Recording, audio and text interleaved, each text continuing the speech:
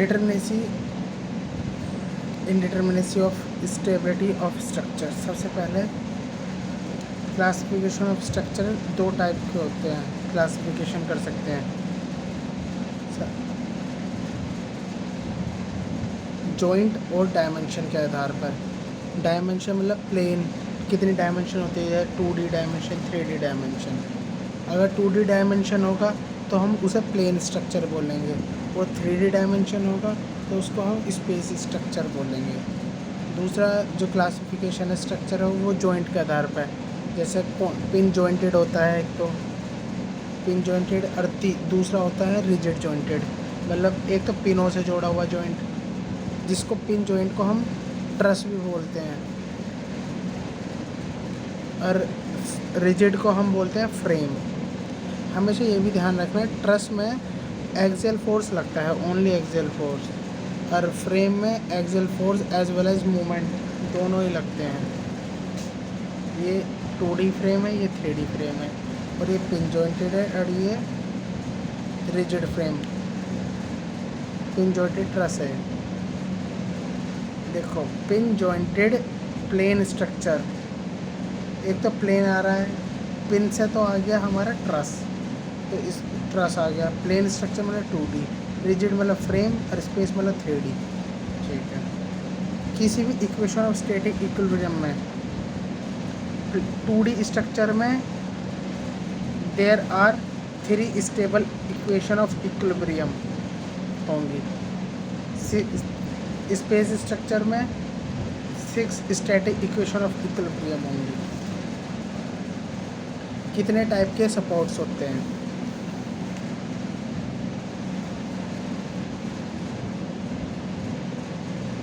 Type of supports,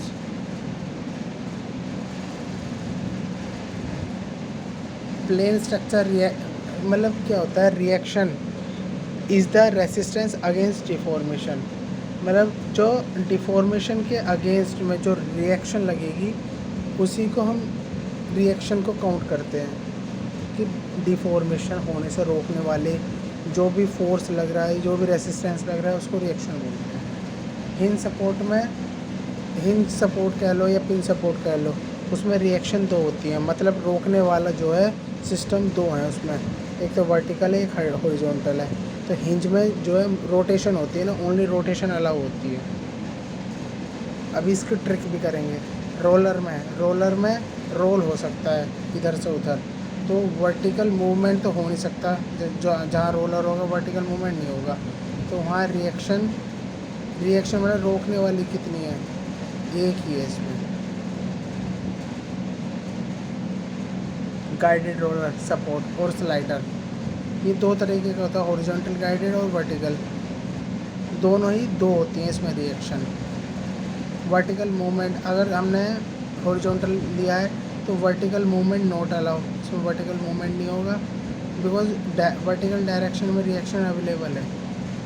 ऐसे ही इसमें fix support में 3 रिएक्शन होती हैं। ये तो 2D की थी, अब 3D की भी आएंगी। पहले एक ट्रिक याद कर लेते हैं।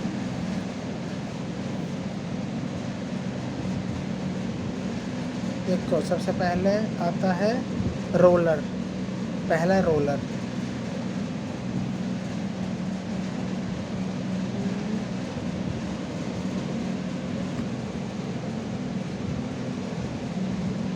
देखो सबसे पहले तो रोलर एक, फिर गाइडेड रोलर, गाइडेड वाला आ गया तो 2। यही याद रखना, गाइडेड रोलर और हिंज इन दोनों में 2 होते हैं, फिक्स में 3 होते हैं। ठीक है, ये याद रखना है। सर जाते ही लिख लो R, गाइडेड R, अपने आप हिंज याद आ जाएगा। 2 1, फिक्स में तो होती ही 3 है।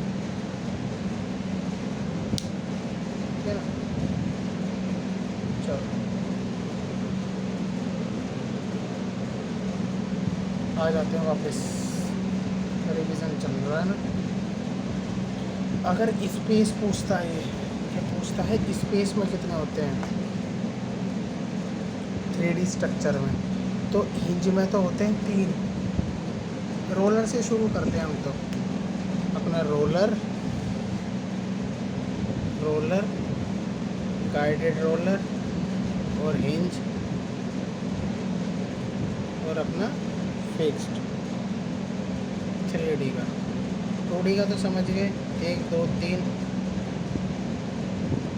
3D का देखते हैं।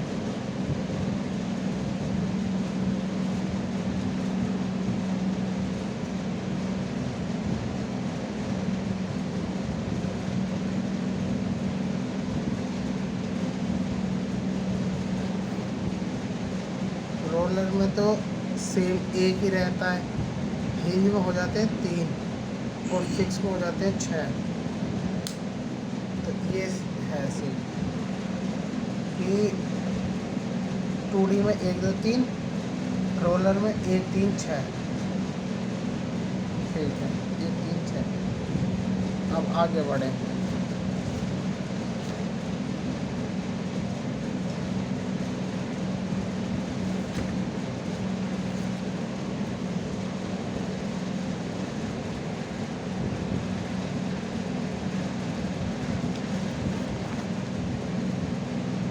स्टैटिक इंटरमिनेसी जो निकलती है वो 2 टाइप की निकलती है, एक तो इंटरनल और एक्सटर्नल। DS जो होती है, एक तो DS इंटरनल, एक DSI एक्सटर्नल। ये तो एक्सटर्नल है, ये इंटरनल है। ठीक है,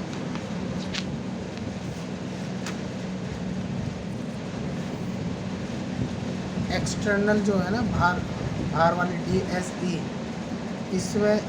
इसमें सपोर्ट रिएक्शन के साथ डील करते हैं, सपोर्ट रिएक्शन। ठीक है, और इसमें हम इंटरनल फोर्सेस के साथ डील करते हैं। तो सीधे सीधे काम की बात पर आते हैं इस वाले पर।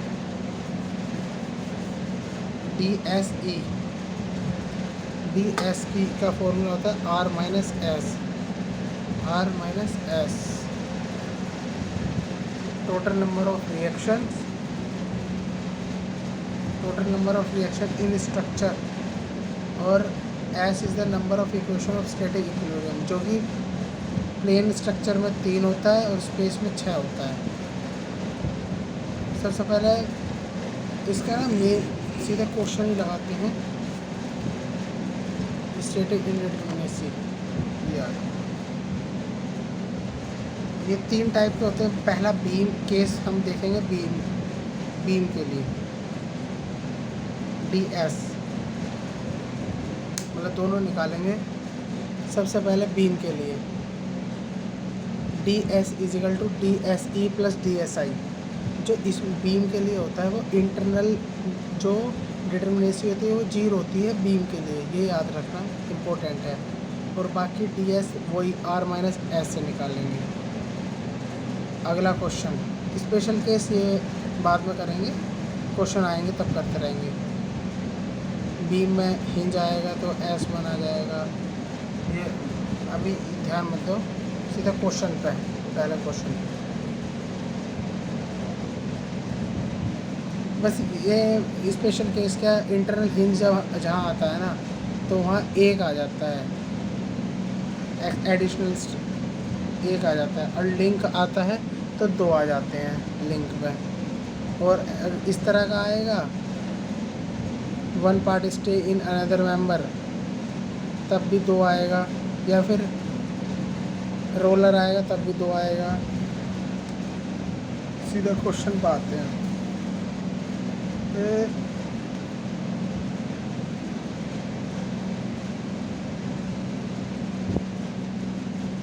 जैसे ये क्वेश्चन तो था DSE इंटरनल निकालने का, ये क्वेश्चन दे रखा है। रिएक्शन 2 आ रही है, हिंज है, रोलर 1 आ जाएगी। तो गिन लो 2 3 4 तो ये हो गए रिएक्शंस। ठीक है, 4। अब क्योंकि 2D है तो 3 आ जाएगा, स्टैटिक इक्वेशन ऑफ इक्विलिब्रियम 1 आ गया। अब आता है, ये तो एक्सटर्नल के लिए, ये इंटरनल के लिए। ये ट्रस है ना इसलिए, अभी पहले बीम से शुरू करते हैं, बीम ट्रस फिर जाएंगे फ्रेम पे। चलो कोई बात नहीं, चलते हैं। अगर इंटरनल इंटरमिनेसी पूछी ट्रस की तो ये वाला फॉर्मूला बड़ा इम्पोर्टेंट है, याद रखना। D S equal to M minus 2j minus 3। अगर स्पेस होता तो एम माइनस 3j माइनस 6 आ जाता। इसमें 2 जॉइंट ए कम, ठीक है। अब जैसे रिएक्शन एम तो मेंबर है, ये 11 मेंबर है, जॉइंट यहाँ पर जॉइंट नहीं है, बाकी आउटर आउट साउंड जॉइंट हो गया। 11 माइनस 2 इंटू 6 माइनस 3 2 आ जाएगा। अब आता है सही तमीज़ से करते हैं, स्टैटिक इंटरमिनेसी फ्रेम से करते हैं फिर।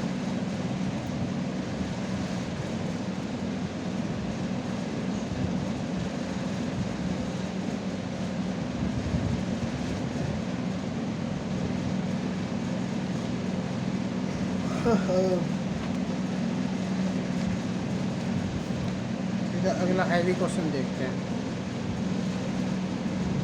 ये दे रखा है नहीं। सबसे पहले रिएक्शन काउंट कर लो, क्योंकि DSI तो हमारी 0 होगी, DSE निकलेगी, इंटरनल निकलेगी, एक्सटर्नल सॉरी, इंटरनल तो हमेशा 0 रहती है बीम। तो ये है हिंज। हिंज मतलब वही याद रखो, रोलर, गाइडेड रोलर और हिंज और फिक्स सपोर्ट, 1 2 3 रिएक्शन। हिंज है 2 आ जाएगा, रोलर है 1 आएगा, रोलर है 1 आएगा, हिंज है 2 आएगा, ठीक है। अभी हमने स्पेशल केस पढ़ा जो था, ये हिंज आया, बीच में हिंज आया बीम में, तो वहाँ पर एडिशनल रिएक्शन 1 आएगी। लिंक आएगा, लिंक वो होता है जहाँ पर कोई भी member, if the member is connected at both end by hinge and not loaded at any intermediate location, कोई भी इंटरमीडिएट पर मेंबर पर कोई भी लोड नहीं आ रहा, उस मेंबर को हम लिंक कहते हैं। Link carry only axial force. तो DSI तो 0 हो गया, DSE R माइनस, अब मेन फॉर्मूला जो बन जाता है R minus S star, 6 minus 3, तो ये तो हो गया 2 3 4 1 5 6 माइनस रिएक्शन 2D है, 3 आ गई, एडिशनल 1 तो यहाँ पाएगी, ये जो है ये लिंक है, बीच में कोई लोड नहीं है, इसलिए यहाँ पर 2 और 1 3, तो माइनस का 3 0।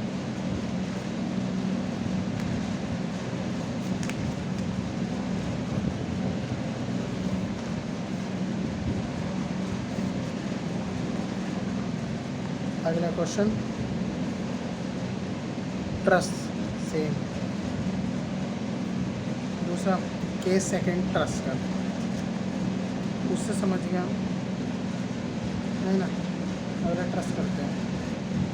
ट्रस का जो फॉर्मूला है DSE प्लस DSI, ठीक है। ये हमने क्या पढ़ा था, R minus S, main formula यही होता है, R माइनस S है ना। अगर हम दोनों कंबाइन निकाल रहे हैं और उसमें कुछ वो है एडिशनल फीचर, तभी R माइनस S स्टार आएगा। अब DSI M minus 2J minus 3 हमने पढ़ा था ट्रस का, और वो भी इंटरनल।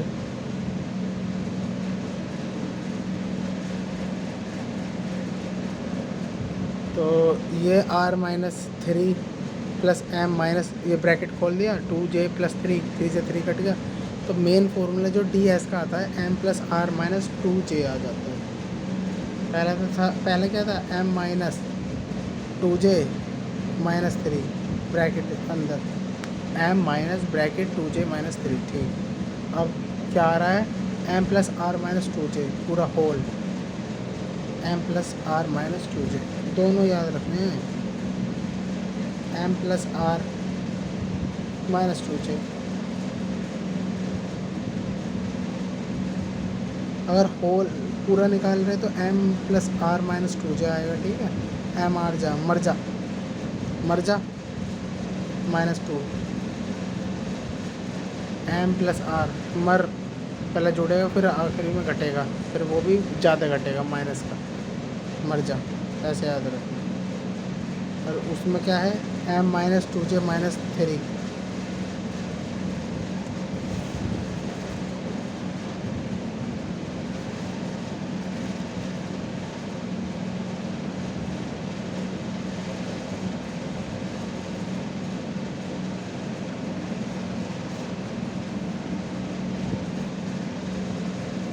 रिएक्शन ही है ना ये भी,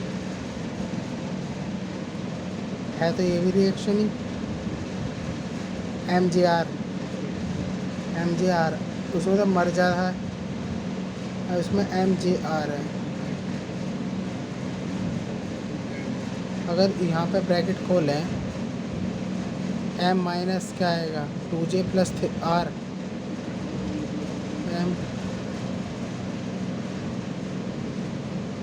M plus R minus two J, अब भी वही आएगा यार।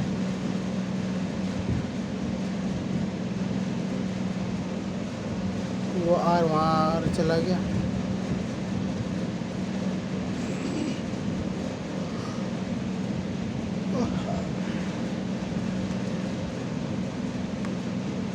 एम माइनस टू जे माइनस टू, सही है, बस ऐसे याद रखो भाई, ठीक है। अगला डी एस ट्रस, अगला क्वेश्चन भी सेम ऐसे ही है। फ्रेम में क्या हो, फ्रेम में कुछ नहीं, three C minus R dash, ये फॉर्मूला याद रखना है डी एस का, three C minus R dash.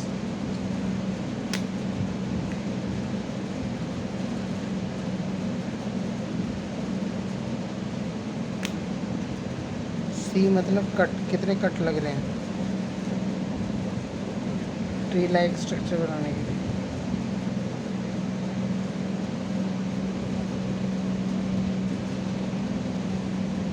दूसरा मेथड ये है R minus S plus three C minus R dash, वो तो सेम रहेगा। थ्री सी मतलब कितने लूप आ रहे हैं, ये सी अलग है।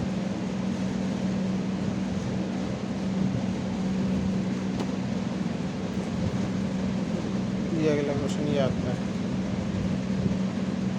Three C minus R dash, three C मतलब कितने कट लगेंगे, एक तो ये कट के लग गया, एक ये कट लग गया, ये ट्री लाइक स्ट्रक्चर के लिए चार कट आ गए। माइनस का आर डैश मतलब, आर डैश क्या होता है ना, कितनी उसने उसको रिजिड होने के लिए कितनी रिएक्शन की ज़रूरत पड़ेगी। तो फिक्स को तो ज़रूरत नहीं पड़ेगी क्योंकि वो ऑलरेडी रिजिड है। हिंज को एक की ज़रूरत पड़ेगी, इसको रिक्वायरमेंट ऑफ द रिएक्शन है ये एक तरह से, ये इसको दो पड़ेगी इसलिए।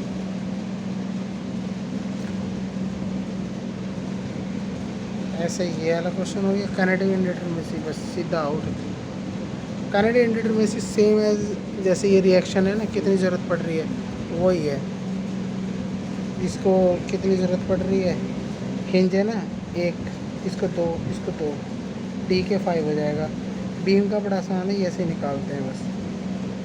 अगर इसमें आ जाता है ना ये हिंज आ गया, तो यहाँ पर पहले तो हर एक जॉइंट पे क्या होता था ना, हर एक जॉइंट पे दो आते थे, तो हो यहाँ एक, यहाँ दो, यहाँ तीन, चार, ठीक है। यहाँ डी के 4 आएगा, 4 कैसा आएगा बताते हैं।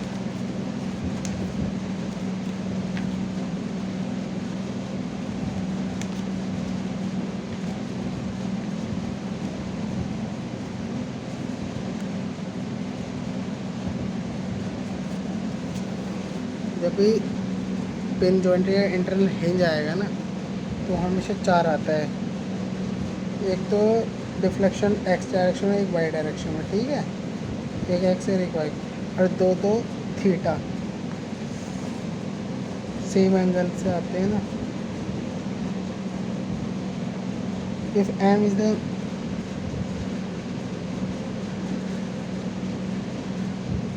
तो एक मेंबर 4 आएगी, तो 3 member meet in the internal hinge, तो आ जाएंगे 5।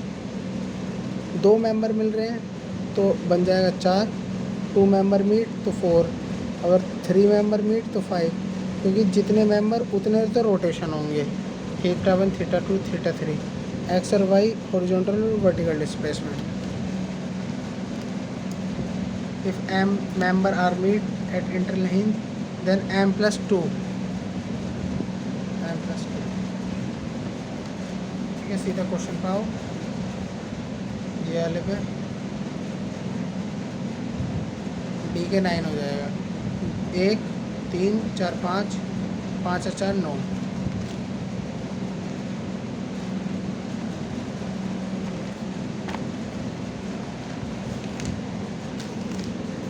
होने वाला है ट्रस। अब ट्रस के लिए हर एक ट्रस पे ना डी के ट्रस पर हर एक जॉइंट पर डी के दो होते हैं। जैसे ये जॉइंट है, यहाँ पे 2 होगा, यहाँ पे हिंज है ना। और ये एक चीज़ और, हिंज गिव ओनली रोटेशन देता है बस, but in truss no rotation, क्योंकि एक्सियल जो होता है वो नहीं, एक्सियल आता है सर इसमें। तो हिंज के लिए 0, जिन के लिए 0, क्योंकि 2 ही है, हर एक पॉइंट में 2 आता है। हिंज ही दे रखे तो 2 0 0। अगला ये है दे रखा है, ये ट्रस है, यहाँ पर हिंज है तो 0, यहाँ पर क्या है 2 आ जाएगा यहाँ, क्योंकि पॉइंट है। रोलर है तो 1 आएगा, यहाँ 2 और ये 2 और 2, हर एक जॉइंट पे 2, तो 10 हो गया। 2 2 4 2 6 7 8, ये 8 1 9। रोलर पर ओनली हॉरिजॉन्टल आएगा। 2 2 4 2 6 6 7 1 8 1 9 9। नहीं ना आ रहा है इसमें, मैंने क्या 10 क्यों लिख रखा है।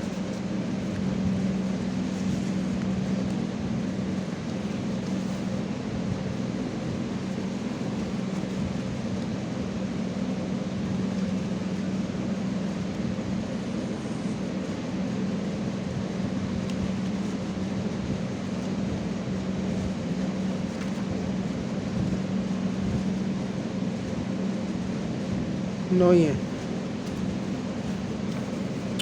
अब फ्रेम में क्या है, फ्रेम में हर एक जॉइंट पे, रिजिड जॉइंट पे 3 आएंगे, याद रखना। यहाँ पे 0, यहाँ पे 0, ठीक है। यहाँ 3 और 3 6, ठीक है। ऐसे ही यहाँ पर 1 आएगा, यहाँ पे भी 1 आएगा डी के। यहाँ जॉइंट है, ये रिजिड ये 6 6 6 6 तो नहीं 12 13 14 14 है। चलो हो गया, बस खाने का तो।